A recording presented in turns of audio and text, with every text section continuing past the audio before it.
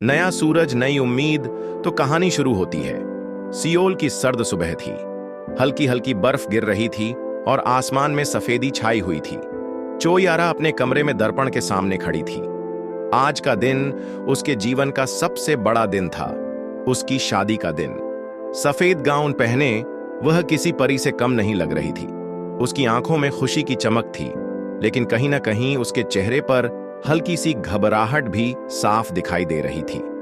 पिछले 3 सालों से किम जेसंग उसकी जिंदगी का हिस्सा था।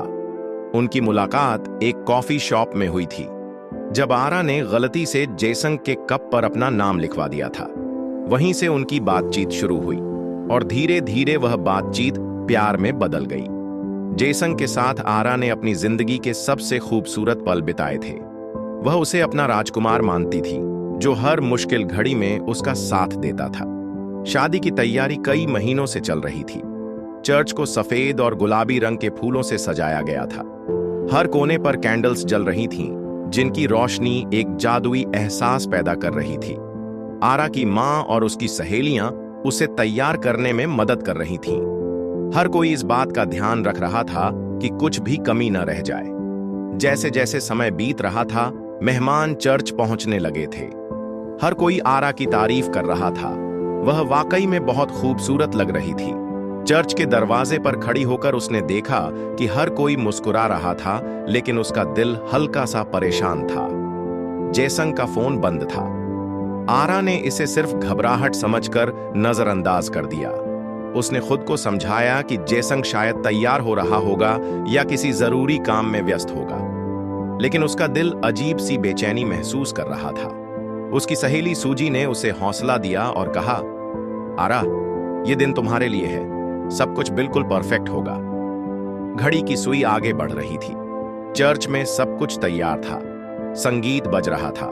मेहमानों की गुनगुनाहट और हंसी सुनाई दे रही थी, लेकिन आरा की आंखें दरवाजे की तरफ टिक गई थीं।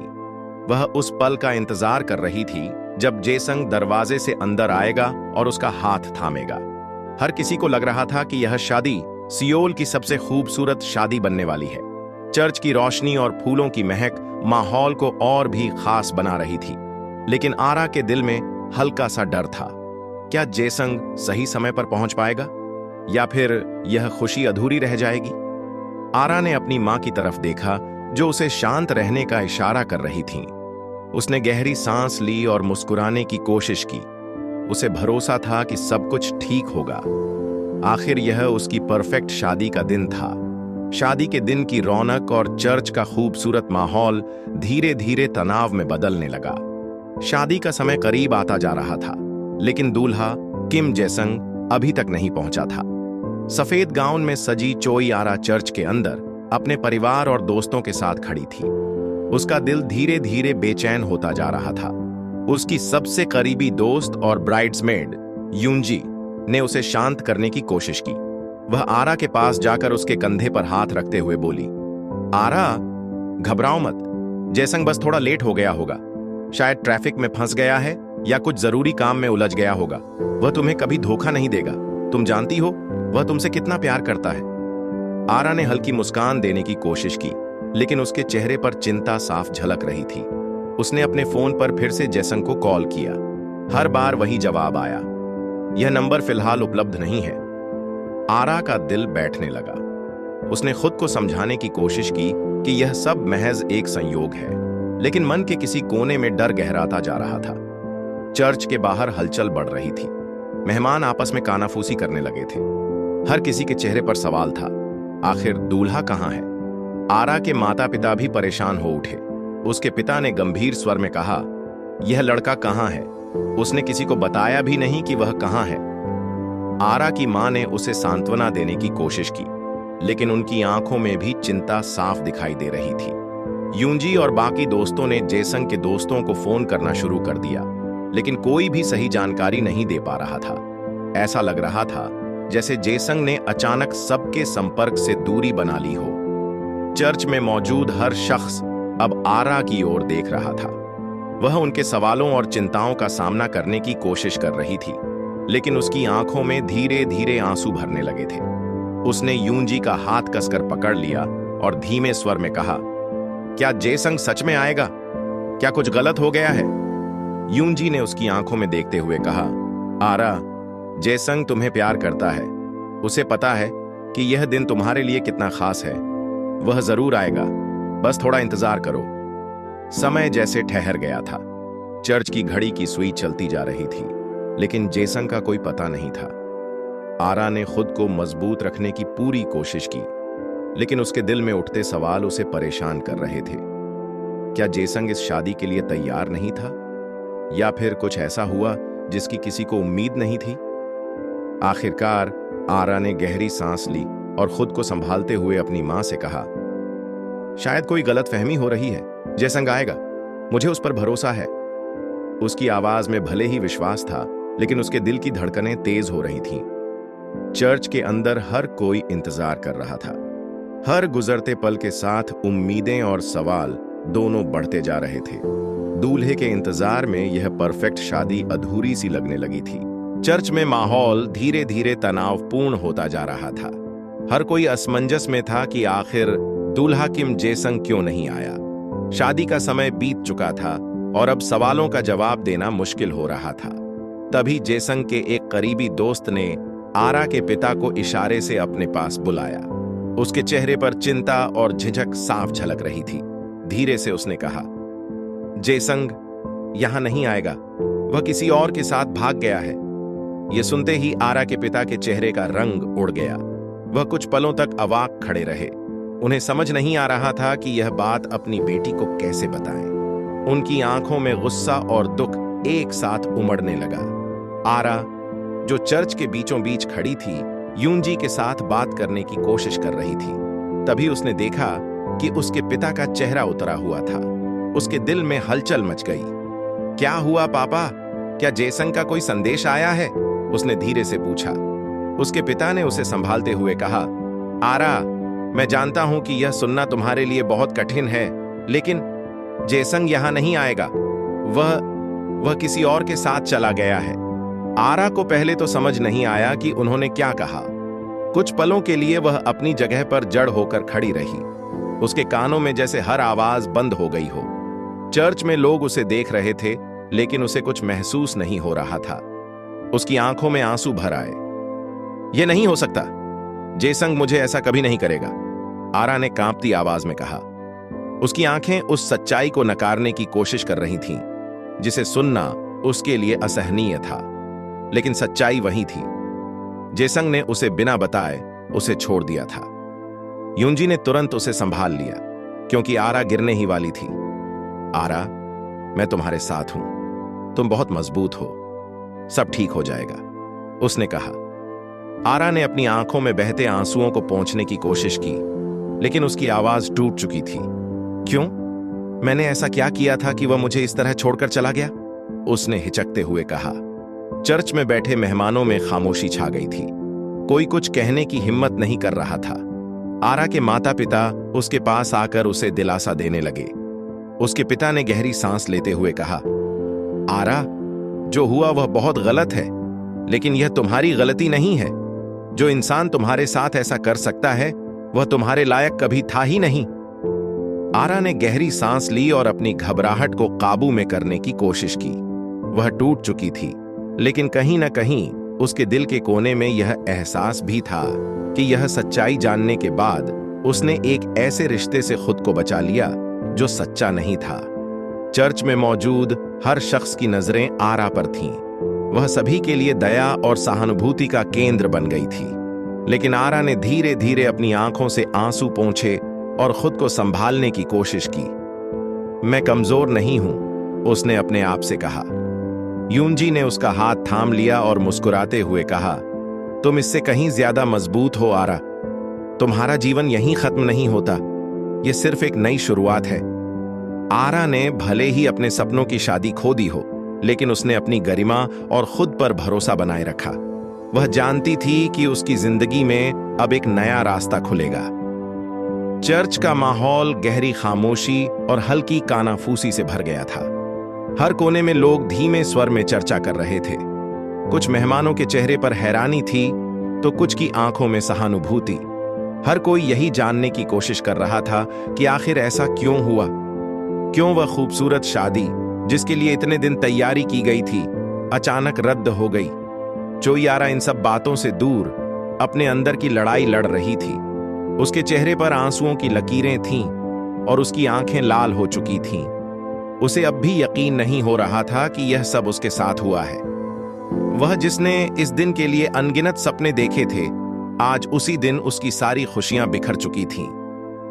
आरा ने खुद को संभालने की कोशिश की, लेकिन जैसे ही उसने चर्च में सभी की सहानुभूति भरी निगाहें देखीं, उसका दिल और टूट गया। वह तेजी से चर्च से बाहर निकली और अपने कमरे में चली गई। उसने दरवाजा बंद कर लिया और पीठ दरवाजे से टिकाकर फर्श पर बैठ गई। उसके हाथ कांप रहे थे और उसकी सांसें तेज हो रही थीं। उसकी नजर अपने सफेद गाउन पर गई। यह वही गाउन था जिसे पहनने का उसने बचपन से सपना देखा था। उसने कितनी खुशी से इसे चुना था, यह सोचकर कि यह गाउन उसे उसकी जिंदगी का सबसे खूबसूरत दिन देगा। लेकिन अब यह गाउन उसकी खुशियों की जगह उसके दर्द और निराशा का प्रतीक बन चुका था। वह गाउन को देखती रही और आंसू उसके गालों से बहते रहे। यह सब मेरे साथ ही क्यों हुआ? उसने खुद से पूछा। वह अपने अतीत के उन पलों को याद करने लगी जब उसने जेसंग के साथ हर छोटी छोटी बात पर सपने संजोए थे। उसने अपने मन में सैकड़ों बार यह दिन देखा था, जेसंग का उसे देखकर मुस्कुराना, चर्च में एक दूसरे के साथ खड़े होकर वचन लेना और फिर साथ में एक नई जिंदगी शुरू करना। लेकिन अब वह सब कुछ खत्म हो चुका था। आरा ने गाउन को उतार फेंका और उसे कमरे के कोने में डाल दिया। उसे ऐसा लगा जैसे वह गाउन उसकी असफलता और टूटे सपनों का बोझ बन गया हो। उसने खुद को बिस्तर पर गिरा दिया और तकिए में अपना चेहरा छुपा लिया। मैंने क्या गलत किया था? वह बार बार यही सोच रही थी। उसे विश्वास नहीं हो रहा था कि जिसे उसने अपना जीवन साथी माना था, उसने उसे इस तरह बीच रास्ते में छोड़ दिया। कुछ देर तक रोने के बाद आरा ने धीरे धीरे अपने आंसू पोंछे। वह जानती थी कि उसे अपने लिए मजबूत बनना होगा, लेकिन उस पल में उसका दर्द इतना गहरा था कि वह किसी भी उम्मीद को महसूस नहीं कर पा रही थी। कमरे की खिड़की से बाहर गिरती बर्फ को देखते हुए उसने एक गहरी सांस ली। उसकी जिंदगी उस सफेद बर्फ की तरह थी, ठंडी, सुनसान और खाली। सपनों का महल टूट चुका था। कमरे की खिड़की से बाहर गिरती बर्फ को देखते हुए उसने एक गहरी सांस ली। उसकी जिंदगी उस सफेद बर्फ की तरह थी, ठंडी, सुनसान और खाली। सपनों का महल टूट चुका था और अब उसे पता नहीं था कि आगे का रास्ता कहां जाएगा। शादी के दिन के बाद आरा की जिंदगी में सन्नाटा छा गया। उसने खुद को कमरे में बंद कर लिया, दिन रात बस दीवारों को घूरते हुए बिताने लगी। उसका फोन एक कोने में पड़ा रहता था जिसे उसने छुआ भी नहीं। बाहर की दुनिया से उसने अपना हर रिश्ता तोड़ लिया था। हर जगह, हर चीज उसे जेसंग की याद दिलाती थी। कमरे में रखा फोटो फ्रेम जिसमें उनकी मुस्कुराती हुई तस्वीर थी, अब उसके लिए दर्द का सबब बन गया था। शादी का सफेद गाउन जो अभी तक उसने हटाया नहीं था, कोने में पड़ा हुआ था। जब भी उसकी नजर उस पर पड़ती, उसका दिल टूट जाता। वह अक्सर बिस्तर पर बैठकर खुद से कहती, मैंने उससे प्यार किया, उस पर भरोसा किया, लेकिन उसने मुझे छोड़ दिया। आखिर क्यों? दिन रात आरा के मन में यही सवाल घूमते रहते। उसे लगने लगा था कि शायद उसकी ही कोई गलती थी। उसने अपनी आंखें बंद करके उन सभी पलों को याद किया जब उसने और जेसंग ने एक साथ भविष्य के सपने देखे थे। लेकिन अब वह हर सपना अधूरा रह गया था। यूंजी, जो उसकी सबसे करीबी दोस्त थी, ने कई बार उससे मिलने की कोशिश की। वह उसके दरवाजे पर आती और धीरे से कहती, आरा, प्लीज दरवाजा खोलो। मैं जानती हूं कि तुम्हारे लिए यह सब सहना बहुत मुश्किल है, लेकिन मैं तुम्हारे साथ हूं। प्लीज बात करो। लेकिन आरा ने हर बार उसे नजरअंदाज कर दिया। उसने दरवाजा नहीं खोला। उसने खुद को दुनिया से अलग कर लिया था। यहां तक कि उसके माता पिता भी परेशान हो गए थे। वे हर दिन उससे बात करने की कोशिश करते, लेकिन वह किसी की आवाज सुनने के लिए तैयार नहीं थी। हर सुबह जब सूरज की किरणें खिड़की से अंदर आती, तो आरा के लिए वे किसी मायने की नहीं थीं। उसके लिए दिन और रात एक जैसे हो गए थे।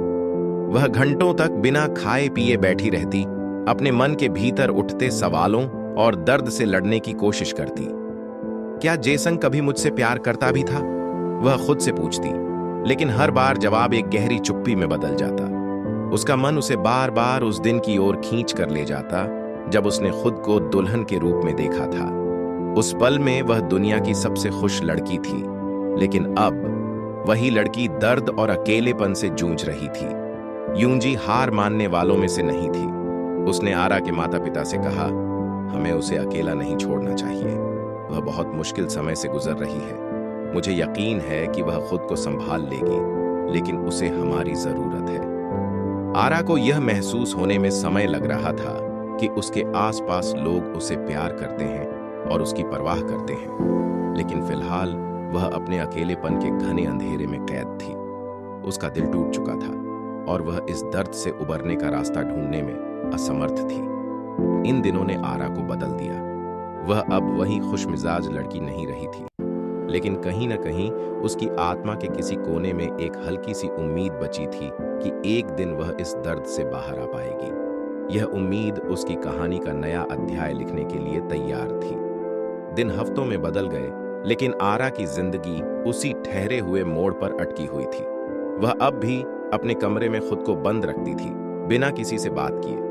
लेकिन यूंजी ने ठान लिया था कि वह आरा को इस अंधेरे से बाहर निकालेगी। एक दिन यूंजी ने बिना आरा की इजाजत के उसके घर आकर दरवाजा खटखटाया। आरा ने अनमने मन से दरवाजा खोला। उसने उदासी से भरी आंखों से यूंजी को देखा और धीमे स्वर में कहा, तुम्हें बार बार यहां आने की जरूरत नहीं है, मैं ठीक हूं। लेकिन यूंजी ने उसकी बातों को नजरअंदाज करते हुए मुस्कुराते हुए कहा, आज मैं तुम्हें अकेला छोड़ने नहीं आई हूं। चलो मेरे साथ बाहर चलते हैं। तुमने बहुत दिन कमरे में बंद रहकर बर्बाद कर दिए। अब वक्त है कि तुम अपनी जिंदगी को फिर से जीना सीखो। आरा ने जाने से इनकार किया, लेकिन यूंजी ने उसे जबरदस्ती उसका कोट पहनाया और उसका हाथ पकड़कर बाहर ले गई। आरा के लिए यह अजीब था। लंबे समय बाद वह घर के बाहर थी। सर्द हवा उसके चेहरे को छू रही थी और आसमान पर सूरज की हल्की किरणें उसे चुभ रही थीं। यूंजी उसे शहर के एक छोटे से कैफे में ले गई, जहां हल्की म्यूजिक और गर्म कॉफी की महक से माहौल खुशनुमा था। आरा चुपचाप अपनी कुर्सी पर बैठ गई।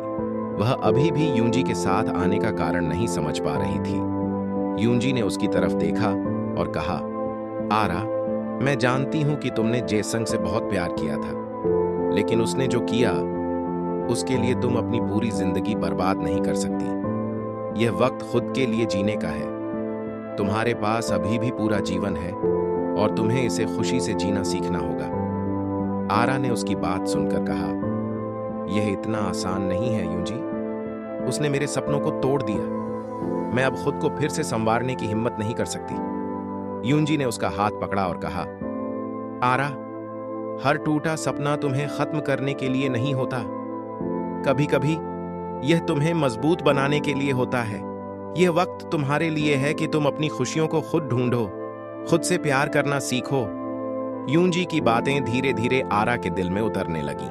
उसने उस पल महसूस किया कि उसने जेसंग के जाने के बाद अपनी जिंदगी को बिल्कुल रोक दिया था, लेकिन अब उसे आगे बढ़ना था।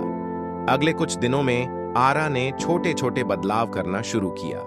उसने अपने कमरे को साफ किया, पुरानी चीजों को हटाया और अपनी जिंदगी को एक नई शुरुआत देने की कोशिश की। वह हर सुबह खिड़की से बाहर सूरज की किरणों को देखती और खुद से वादा करती, मैं अपनी खुशियों को फिर से खोजूंगी। यूंजी ने उसे यह सिखाया कि जिंदगी में मुश्किलें आती हैं, लेकिन उनसे उबरकर आगे बढ़ना ही असली ताकत है। आरा ने महसूस किया कि जेसंग के जाने से उसकी जिंदगी खत्म नहीं हुई, बल्कि यह एक नई शुरुआत का मौका था। अब आरा का सफर खुद को फिर से खोजने का था। उसने अपने भीतर उम्मीद की एक नई लौ जलते हुए महसूस की। यह उसकी कहानी का एक नया अध्याय था, जहां वह खुद को सबसे पहले रखना सीख रही थी। आरा ने अपनी जिंदगी को एक नया मोड़ देने का फैसला कर लिया था। उसने अपनी पुरानी नौकरी छोड़ दी और एक नए शहर में चली गई। इस शहर में न उसे कोई जानता था और न ही उसकी पिछली जिंदगी के बारे में कोई बात करता था। यह बदलाव उसके लिए कठिन था, लेकिन उसने खुद से वादा किया था कि वह अब अपने लिए जिएगी। नए शहर में आकर उसने अपनी पसंदीदा चीजों में खुद को व्यस्त रखने का फैसला किया। उसने एक आर्ट स्कूल में दाखिला लिया और पेंटिंग सीखने लगी। बचपन से ही उसे पेंटिंग का शौक था, लेकिन जिंदगी की भागदौड़ में उसने इस सपने को कभी सीरियसली नहीं लिया। अब यह उसका नया सपना बन चुका था। पहले दिन जब वह आर्ट स्कूल गई तो उसे थोड़ा संकोच हुआ। नई जगह, नए लोग और एक नई शुरुआत, सब कुछ उसके लिए चुनौतीपूर्ण था। लेकिन उसने खुद को शांत किया और क्लास में ध्यान देना शुरू किया। जैसे ही उसने ब्रश उठाया और कैनवास पर पहला रंग लगाया, उसे ऐसा लगा जैसे वह अपनी सारी उलझनों को भूल गई हो। पेंटिंग ने उसके लिए एक नई दुनिया का दरवाजा खोल दिया। वह अपनी भावनाओं को रंगों के जरिए व्यक्त करने लगी। वह अपनी उदासी को नीले रंग में, अपनी उम्मीदों को पीले रंग में और अपने दर्द को गहरे काले रंग में बदलने लगी। कैनवास उसके लिए एक दोस्त बन गया, जिसे वह बिना कुछ कहे अपने दिल की हर बात बता सकती थी। धीरे धीरे आरा ने खुद को बदलते हुए महसूस किया। हर नई पेंटिंग के साथ वह अपने अंदर एक नई ताकत पाती। उसे यह एहसास हुआ कि वह अपनी जिंदगी के हर रंग को खुद चुन सकती है। वह अब जेसंग की यादों में नहीं जी रही थी। उसने अपनी खुद की पहचान बनानी शुरू कर दी थी। एक दिन उसके आर्ट टीचर ने उसकी पेंटिंग देखकर कहा, तुम्हारे काम में गहराई है। तुम अपनी भावनाओं को रंगों के जरिए खूबसूरती से व्यक्त करती हो। यह एक अद्भुत कला है। यह सुनकर आरा का आत्मविश्वास और बढ़ गया। उसने सोचा कि अगर वह अपनी कला को आगे ले जाए तो वह न केवल खुद को खुश रख पाएगी, बल्कि अपने काम से दूसरों को भी प्रेरणा दे पाएगी। उसने दिन रात मेहनत की। अब उसकी जिंदगी में खालीपन की जगह रंगों ने ले ली थी। वह अपने भविष्य के बारे में सोचने लगी। उसने एक आर्ट गैलरी में अपनी पेंटिंग्स प्रदर्शित करने का सपना देखा और उस सपने को पूरा करने के लिए पूरी ताकत से जुट गई। नए शहर और नई शुरुआत ने आरा को आत्मनिर्भर बना दिया। उसने खुद को यह साबित कर दिया कि कोई भी दर्द इतना बड़ा नहीं होता जिसे मेहनत और हिम्मत से दूर न किया जा सके। पेंटिंग उसके लिए सिर्फ एक कला नहीं, बल्कि खुद को फिर से खोजने का जरिया बन गई। उसने अब अपनी जिंदगी को अपने तरीके से जीने का फैसला कर लिया था। उसका सफर अभी जारी था, लेकिन अब वह जानती थी कि वह अपनी मंजिल तक जरूर पहुंचेगी। आरा की मेहनत आखिरकार रंग लाई। उसने अपने सपने को पूरा करने के लिए जितनी कोशिश की थी, वह अब साकार होती दिख रही थी।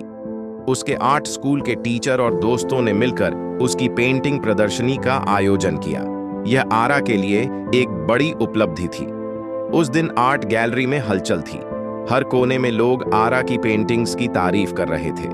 हर पेंटिंग के पीछे एक गहरी कहानी छिपी थी, जो किसी न किसी को छू जाती। गैलरी में सजे रंगीन कैनवस आरा की यात्रा के हर उतार चढ़ाव का प्रतीक थे। इसी भीड़ में हान सिवू नाम का एक व्यक्ति भी मौजूद था। वह एक मशहूर आर्ट कलेक्टर था और हमेशा नई और अनोखी कला की तलाश में रहता था। जब उसने आरा की पेंटिंग्स देखी तो वह उनके गहरे रंगों और भावनाओं से प्रभावित हुए बिना नहीं रह सका। हर पेंटिंग ने उसे ऐसा महसूस कराया जैसे वह आरा के जीवन की झलक देख रहा हो। सिवू ने एक पेंटिंग के सामने रुककर पूछा, इस पेंटिंग का मतलब क्या है? इसमें मुझे उदासी और उम्मीद दोनों नजर आ रही हैं। यह सुनकर आरा, जो गैलरी के एक कोने में खड़ी थी, सिवू के पास आई और मुस्कुराते हुए कहा, यह पेंटिंग मेरी कहानी का हिस्सा है। यह उस पल का चित्र है जब मैंने अपने दर्द से बाहर आने और खुद के लिए जीने का फैसला किया था। सिवू उसकी बात सुनकर थोड़ा सोच में पड़ गया। उसने आरा की ओर देखा और कहा, आपकी कहानी जरूर खास होगी। क्या मैं इसे सुन सकता हूं? आरा ने पहले थोड़ा झिझकते हुए उसकी ओर देखा, लेकिन फिर उसने सोचा कि शायद अपनी कहानी साझा करना उसके लिए एक नया अनुभव हो सकता है। उसने गहरी सांस ली और कहा, मैंने एक बार किसी से बहुत प्यार किया था। मैंने अपने भविष्य के हर सपने में उसे देखा था, लेकिन उसने मुझे छोड़ दिया और उस दिन मैंने महसूस किया कि मैं किसी और के लिए जी रही थी। उस घटना ने मुझे तोड़ दिया, लेकिन उसी दर्द ने मुझे अपनी जिंदगी फिर से बनाने का साहस भी दिया। अब मैं सिर्फ अपने लिए जी रही हूं। ये पेंटिंग्स मेरे सफर का हिस्सा हैं। सिवू उसकी बातें सुनकर कुछ पल के लिए चुप हो गया। फिर उसने कहा, आपकी कहानी दुखद जरूर है, लेकिन उसमें एक नई शुरुआत की खूबसूरती है। मैं आपके साहस की सराहना करता हूं। आपके काम में सिर्फ रंग नहीं, बल्कि एक आत्मा है। यह कला केवल देखने के लिए नहीं, महसूस करने के लिए है। आरा ने शिवू की बातों को ध्यान से सुना और महसूस किया कि पहली बार किसी ने उसकी कला को इतनी गहराई से समझा है। उसने हल्के से मुस्कुराते हुए कहा, शायद यही मेरी पेंटिंग्स का मकसद है, लोगों को महसूस कराना। उस दिन शिवू ने आरा की कई पेंटिंग्स खरीदी और उनसे वादा किया कि वह इस कला को और अधिक लोगों तक पहुंचाएगा। आरा के लिए यह सिर्फ एक पेंटिंग बेचने का मौका नहीं था, बल्कि एक नई उम्मीद की शुरुआत थी। शिवू से बातचीत के बाद आरा को एहसास हुआ कि उसकी कला न केवल उसके लिए बल्कि दूसरों के लिए भी प्रेरणा बन सकती है। उस दिन उसने अपनी जिंदगी के अगले अध्याय की ओर कदम बढ़ाने का फैसला किया। शायद अब उसकी कहानी में एक नई रोशनी थी जो उसे किसी नई मंजिल तक ले जाने के लिए तैयार थी। आरा की जिंदगी में हान शिवू के आने से जैसे एक नई रोशनी आ गई थी। उनकी मुलाकात आर्ट प्रदर्शनी में हुई थी, लेकिन वह एक साधारण परिचय तक सीमित नहीं रही। शिवू ने आरा की कला में गहराई को समझा था और वह खुद उसकी कहानी से प्रभावित हो गया था। उस दिन के बाद शिवू और आरा के बीच बातचीत का सिलसिला शुरू हुआ। शिवू कभी कभी उसे फोन करता और उसकी पेंटिंग्स के बारे में चर्चा करता। धीरे धीरे यह बातचीत दोस्ती में बदल गई। शिवू ने उसे न सिर्फ एक कलाकार के रूप में सराहा, बल्कि एक इंसान के रूप में भी उसे समझने की कोशिश की। शिवू ने आरा को यह एहसास कराया कि जिंदगी में दूसरी शुरुआत करना संभव है। एक दिन जब वे कैफे में बैठे थे, शिवू ने कहा, आरा, मैं जानता हूं कि तुमने अपने जीवन में बहुत दर्द सहा है, लेकिन तुम्हारा अतीत तुम्हें रोकने के लिए नहीं, बल्कि आगे बढ़ने के लिए, सबक देने के लिए है। आरा ने उसकी बातें सुनकर गहरी सांस ली और कहा, कभी कभी मुझे लगता है कि शायद मैं फिर से प्यार करने की काबिल नहीं हूं। हर बार जब मैं उस समय को याद करती हूं तो दर्द लौट आता है। शिवू ने उसकी आंखों में देखकर कहा, प्यार एक बार का एहसास नहीं होता। यह वह चीज है जो तुम्हें हर दिन नया महसूस कराती है, और जब तुम सही इंसान से मिलोगी तो यह दर्द धीरे धीरे खत्म हो जाएगा। लेकिन सबसे पहले तुम्हें खुद से प्यार करना सीखना होगा। शिवू की ये बातें आरा के दिल को छू गईं। उसने महसूस किया कि उसने अपनी जिंदगी को अब तक सिर्फ अतीत के दर्द में बांध रखा था। लेकिन शिवू के साथ वक्त बिताने से उसे यह समझ आया कि वह फिर से अपने दिल का दरवाजा खोल सकती है। शिवू अक्सर उसे नई जगहों पर ले जाता, जहां वह प्रकृति की खूबसूरती को महसूस कर सके। उसने आरा को यह सिखाया कि छोटी छोटी खुशियां भी जिंदगी में बड़ा बदलाव ला सकती हैं। वह उसे नए अनुभवों का हिस्सा बनाता और उसकी हिम्मत बढ़ाने की कोशिश करता। आरा ने धीरे धीरे अपने अंदर बदलाव महसूस करना शुरू किया। वह अब खुद को पहले से ज्यादा हल्का और खुश महसूस करने लगी थी। उसने शिवू के साथ हर पल को जीना शुरू कर दिया। एक दिन शिवू ने उसे कहा, आरा, जिंदगी में हम जिन लोगों से मिलते हैं वे हमारी कहानी का हिस्सा बनते हैं। कुछ लोग हमें दर्द देकर चले जाते हैं, लेकिन कुछ ऐसे भी होते हैं जो हमें ठीक करने के लिए आते हैं। मुझे खुशी है कि मैं तुम्हारी कहानी का एक छोटा सा हिस्सा बन पाया। आरा ने पहली बार महसूस किया कि उसके दिल के दरवाजे पर कोई दस्तक दे रहा है। वह शिवू के लिए कुछ खास महसूस करने लगी थी। हालांकि वह अभी भी इस एहसास को पूरी तरह से अपनाने से डर रही थी, लेकिन उसने तय किया कि वह अपने दिल को बंद नहीं रखेगी। शिवू ने आरा को यह सिखाया कि जिंदगी में दूसरी शुरुआतें भी हो सकती हैं। अब आरा अपने अतीत को पीछे छोड़कर अपने वर्तमान और भविष्य को गले लगाने के लिए तैयार थी। यह सिर्फ एक दोस्ती नहीं थी, यह एक नई शुरुआत थी, जहां दोनों एक दूसरे को संभालने और खुशियां बांटने के लिए साथ थे। कुछ सालों के बाद आरा की जिंदगी पूरी तरह बदल चुकी थी। वह अब एक मशहूर आर्टिस्ट बन गई थी और उसकी पेंटिंग्स देश विदेश में प्रदर्शित की जा रही थीं। जो लड़की कभी अपने टूटे हुए दिल के कारण गहरी उदासी में डूबी हुई थी, वह अब आत्मनिर्भर, आत्मविश्वासी और अपने जीवन से संतुष्ट थी। आरा ने अपनी मेहनत और लगन से अपने सपनों को नया आकार दिया था। हर पेंटिंग उसकी यात्रा का एक हिस्सा थी, उसका दर्द, उसका संघर्ष और उसकी जीत। लोग उसकी कला में गहराई और भावनाओं की सच्चाई को महसूस करते थे। उसकी पेंटिंग्स ने उसे न केवल पहचान दिलाई बल्कि उसकी जिंदगी में एक नई दिशा भी दी। एक दिन जब वह अपनी आर्ट गैलरी में अपनी नई प्रदर्शनी की तैयारी कर रही थी, शिवू उसके पास आया। वह अब भी आरा का अच्छा दोस्त और प्रेरक बना हुआ था। शिवू ने आरा की तरफ मुस्कुराते हुए देखा और कहा, आरा, तुम्हें देखकर खुशी होती है। तुम्हारी कहानी इस बात का सबूत है कि जिंदगी में असफलता सिर्फ एक मोड़ है, मंजिल नहीं। तुमने खुद को फिर से खड़ा किया और अपनी जिंदगी को एक नई शुरुआत दी। आरा ने उसकी बात सुनकर हल्के से मुस्कुराते हुए जवाब दिया, शिवू, मैं तुम्हारा शुक्रिया अदा करना चाहती हूं। अगर तुमने मुझे अपने अतीत को पीछे छोड़ने और नई राह पर चलने के लिए प्रेरित नहीं किया होता तो शायद मैं कभी यह बदलाव नहीं कर पाती। शिवू ने सिर हिलाते हुए कहा, नहीं आरा, यह सब तुम्हारी अपनी ताकत और जिद थी। मैंने तो बस तुम्हें याद दिलाया कि तुम्हारे अंदर कितनी क्षमता है। सपनों का महल गिर सकता है, लेकिन उसे फिर से बनाया जा सकता है, और तुमने ऐसा कर दिखाया। आरा ने उसके शब्दों को सुना और मन ही मन महसूस किया कि शिवू सही कह रहा था। वह जानती थी कि हर मुश्किल वक्त ने उसे और मजबूत बनाया था। उसने अपनी गलतियों और दिल के घावों से सीखा था कि खुद से प्यार करना और अपनी खुशी के लिए लड़ना सबसे महत्वपूर्ण है। उस शाम जब प्रदर्शनी शुरू हुई तो गैलरी में सैकड़ों लोग थे। हर कोई उसकी कला की तारीफ कर रहा था। एक पत्रकार ने आरा से पूछा, आपकी पेंटिंग्स में इतनी गहराई और भावनाएं कैसे आती हैं? आरा ने मुस्कुराते हुए जवाब दिया, मेरी पेंटिंग्स मेरी कहानी है।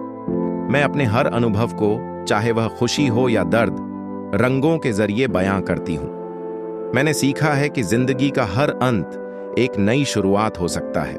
यही मेरी कला का आधार है। उस दिन आरा ने महसूस किया कि वह अपने अतीत से पूरी तरह बाहर आ चुकी है। उसने न सिर्फ अपनी जिंदगी को दोबारा संवार लिया था, बल्कि यह भी साबित कर दिया था कि जब तक इंसान के अंदर हिम्मत और जिद होती है, तब तक कोई भी मुश्किल उसे रोक नहीं सकती। अब आरा के लिए जिंदगी सिर्फ अतीत के गमों को भूलने का नाम नहीं थी। यह खुद को दोबारा खोजना और अपने सपनों को हकीकत में बदलने की यात्रा थी। शिवू के शब्द, सपनों का महल गिर सकता है, लेकिन उसे फिर से बनाया जा सकता है, उसकी सफलता की सच्चाई बन चुके थे। आरा ने यह साबित कर दिया था कि हर अंत एक नई शुरुआत की ओर ले जाता है। आपको कहानी कैसी लगी? कमेंट में जरूर बताना। इसी तरह की प्यार भरी स्टोरी देखने के लिए वीडियो को लाइक और चैनल को सब्सक्राइब करें